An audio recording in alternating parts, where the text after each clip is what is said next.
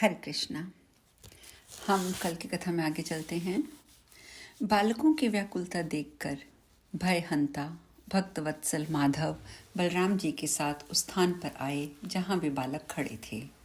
कोई भय नहीं, कोई भय नहीं है, यूं कहकर वे शीघ्रतापूर्वक उनके पास दौड़े आए और मंद मुस्कान से युक्त प्रसन्न मुख द्वारा उन्होंने उन बालकों को अभयदान दिया।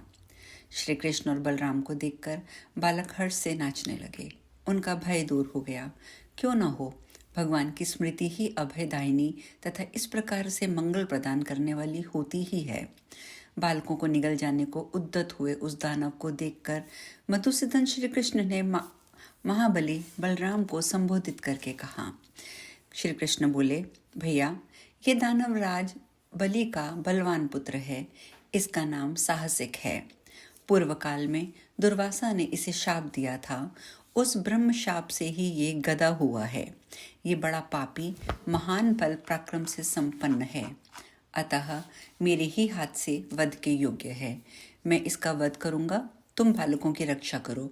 सब बालकों को लेकर कहीं दूर चले जाओ। तब बलराम उन बालकों को लेकर श्री कृष्ण की आज्ञा के अनुसार शीघ्र ही दूर चले गए। इधर इस महाबली एवं महापराक्रमी दानवराज ने श्री कृष्ण पर दृष्टि पड़ते ही उन्हें रोषपूर्वक अनायास ही निगल लिया। श्री कृष्ण प्रज्वलित अग्निशिखा के समान थे। उन्हें निगल लेने पर उस दानव के भीतर बड़ी जलन होने लगी। उसके अतिशय तेज से जलने लगे व मरणासन्न हो गया। तब उस दैत्य ने भयभीत होकर उन तेजस्वी प्रभु को फिर से उगल दिया। परित्यक्त होने पर उन परमेश्वर की और एकटक दृष्टि से देखता हुआ वह दैत्य मोहित हो गया। भगवान का श्री विग्रह अत्यंत सुंदर, शांत तथा ब्रह्म तेज से प्रकाशमान था। श्री कृष्ण के दर्शन मात्र से उस दानव को पूर्व जन्म की स्मृति हो आई। उसने अपने आप को तथा जगत के परम कारण भगवान श्री कृष्ण को पहचान लिया। वह तेज स्वरूप ईश्वर को देखकर दानव शास्त्र के अनुसार श्रुति से परिणीत होकर प्रभु का जिस प्रकार जन्म हुआ उसे दृष्टि में लाकर उनकी स्तुति करने लगा। भगवान की स्तुति करने के पश्चात दैत्यराज धेनुक श्रीहरि के सामने खड़ा हो गया। उसके मुख पर प्रसन्नता छा रही थी। वह श्री संपन्न एवं अत्यंत संतुष्ट जान पड़ता था। दैत्य द्वारा किए गया ये स्तोत्र सभी को भक्ति भाव से पाठ करना चाहिए। भगवान श्री नारायण अर्थात नारायण मुनि कहते हैं, दैत्यराज की स्तुति सुनकर करुणानिधान श्री कृष्ण ने मन ही मन विचार किया, अहो, ऐसे भक्त का संहार मैं कैसे करूं? यह सोचकर भगवान ने स्वयं ही उसकी पूर्व जन्म की स्मृति हर ली, क्योंकि स्तुति करने वाले का वध उचित नहीं है। दुर्वचन बोलने वाले के वध का ही विधान है। तब दानव वैष्णवी माया के प्रभाव से पुनः अपने आप को भूल गया। उसके कंठ देश में दुर्वचन ने स्थान जमा लिया। मुने, वह शीघ्र ही मरना चाहता था, इसलिए दुर्दैव से ग्रस्त होकर विवेक खो बैठा। क्रोध से उसके होंठ फड़कने लगे और वह दैत्य श्रीहरि से इस प्रकार बोला, दुर्मते, तू निश्चय ही मरना चाहता है। मनुष्य के बच्चे, आज मैं तुझे यमलोक भेज दूंगा। इस प्रकार बहुत से दुर्वचन कहकर उस गधे ने भगवान श्री कृष्ण पर आक्रमण कर दिया। भयानक युद्ध हुआ। अंत में श्रीहरि ने प्रसन्नतापूर्वक हंसकर उस दानवराज की प्रशंसा करते हुए कहा, मेरे भक्त बलि के पुत्र दावनेन्द्र, तुम्हारा उत्तम जीवन धन्य है। वत्स, तुम्हारा कल्याण हो। अब तुम मोक्ष प्राप्त करो। मेरा दर्शन कल्याण का बीज तथा मोक्ष का परम कारण है। तुम सबसे अधिक और सबसे उत्कृष्ट मनोहर स्थान प्राप्त करो। और यूं कहकर श्री कृष्ण ने अपने उत्तम चक्र का स्मरण किया, जो अपनी दीप्ति से करोड़ों सूर्यों के समान उद्दीप्त होता है। स्मरण करते ही वह आ गया और श्री कृष्ण ने उस सुदर्शन चक्र को अपने हाथ में ले लिया। उसमें 16 अरे थे। उस उत्तम अस्त्र को घुमाकर श्री कृष्ण ने उसकी ओर फेंका तथा जिसे ब्रह्मा, विष्णु और शिव भी नहीं मार सकते थे, उसे लीला से काट दिया। उस महात्मा दानव का मस्तक पृथ्वी पर गिर पड़ा। उसके शरीर से सैकड़ों सूर्यों के समान कांतिमान तेज पुंज उठा, जो श्री हरि की ओर देखते हुए उन्हीं के चरण कमलों में लीन हो गया। उस दानवराज ने परम मोक्ष प्राप्त कर लिया। उस समय आकाश में खड़े हुए समस्त देवता और मुनि हर्ष से प्रफुल्लित हो गए और पारिजात के पुष्पों की वर्षा करने लगे। स्वर्ग में दुदुम्बियां बज उठी, अप्सराएं नाचने लगी, गंधर्व समूह गीत गाने लगे और मुनि लोग सानंद स्तुति करने लगे। स्तुति करके हर्ष से विहल हुए समस्त देवता और मुनि चले गए। धेनुकासुर मारा गया, ये देखकर ग्वाल बाल वहां आ गए।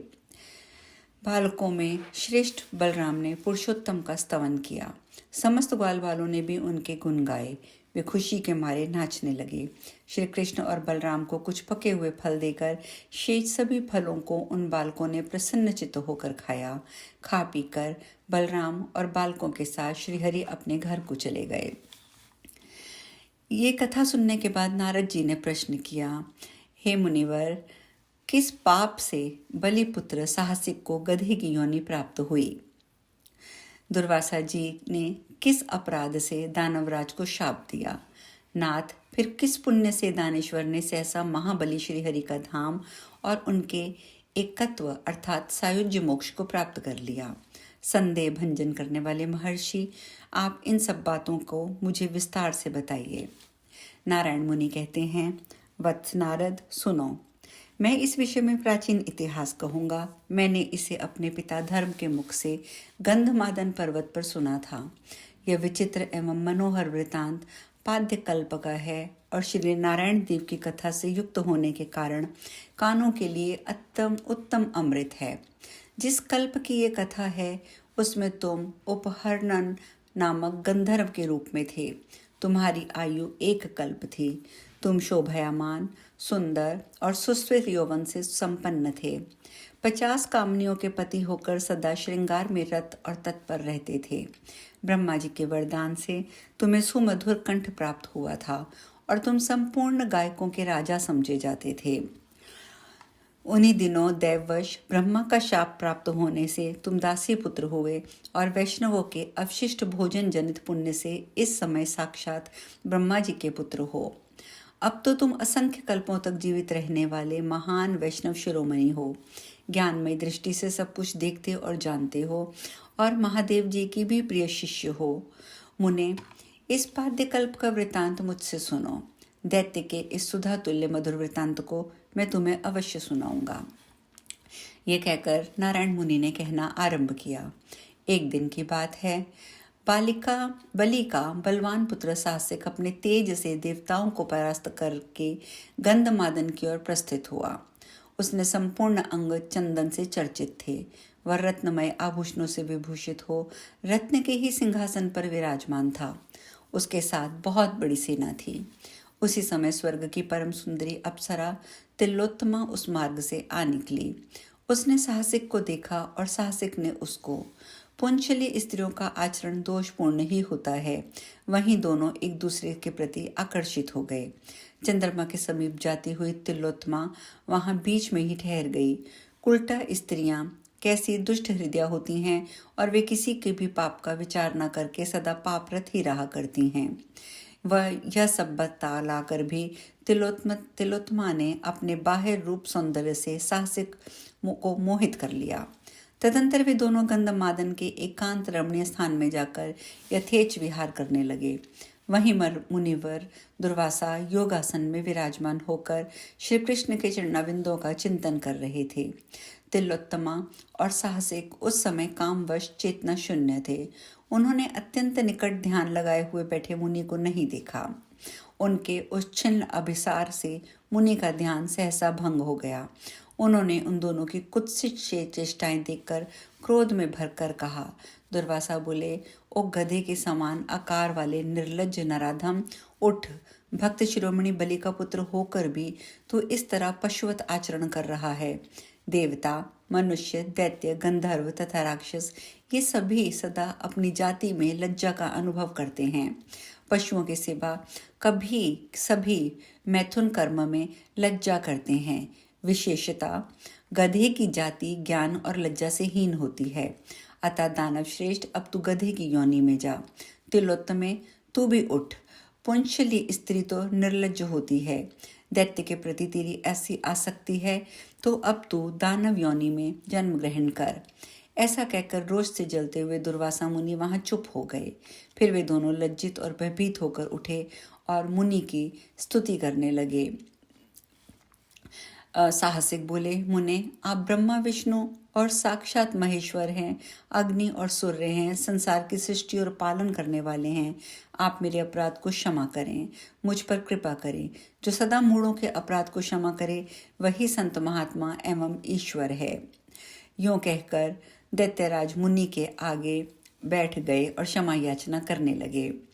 तिलोत्तमा बोली, हे नाथ, हे दीनबंधु, मुझ पर भी कृपा कीजिए। प्रभो, कामुक प्राणी में लज्जा, भय और चेतना नहीं रह जाती। नारद ऐसा कहकर तिलोत्तमा रोती हुई दुर्वासा जी की शरण में बैठ गई। भूतल पर विपत्ति में पड़े हुए भला किसे ज्ञान होता है। उन दोनों की व्याकुलता देखकर मुनि को दया आ गई और उस समय उन मुनि ने उन्हें अभय देकर कहा कि दानव, तू विष्णु भक्त बलि का पुत्र है, उत्तम कुल में तेरा जन्म हुआ है, तू पैतृक परंपरा से विष्णु भक्त है। मैं तुझे निश्चित रूप से जानता हूँ। पिता का स्वभाव पुत्रों में अवश्य रहता है। जैसे कालिया के सिर पर अंकित हुआ श्री कृष्ण का चरण चिन्ह उसके वंश में उत्पन्न हुए सभी सर्पों को मस्तक पर रहता है, वत्स, एक बार गधे की योनि में जन्म लेकर तू निर्वाण को प्राप्त हो जाएगा। सत्पुरुषों द्वारा पहले जो चिरकाल तक श्री कृष्ण की आराधना होती है, इसके पुण्य प्रभाव का कभी भी लोप नहीं होता है। अब तू शीघ्र ही व्रज के निकट वृंदावन में तालवन में जा। वहां श्री हरि के चरणों चक्र से प्राणों का परित्याग करके तू निश्चय ही मोक्ष को प्राप्त करेगा। और तिलोत्तमे, तू भारतवर्ष में बाणासुर की पुत्री होगी। फिर श्री कृष्ण पौत्र अनिरुद्ध का आलिंगन प्राप्त करके शुद्ध हो जाएगी। महामुने, यूं कहकर दुर्वासा मुनि चुप हो गए। तत्पश्चात वे दोनों भी उस मुनि श्रेष्ठ को प्रणाम करके यथास्थान चले गए। इस प्रकार दैत्य साहसिक ने गधे की योनि में जन्म लेकर सारा वृतांत जाना और जो उसे कह सुनाया गया।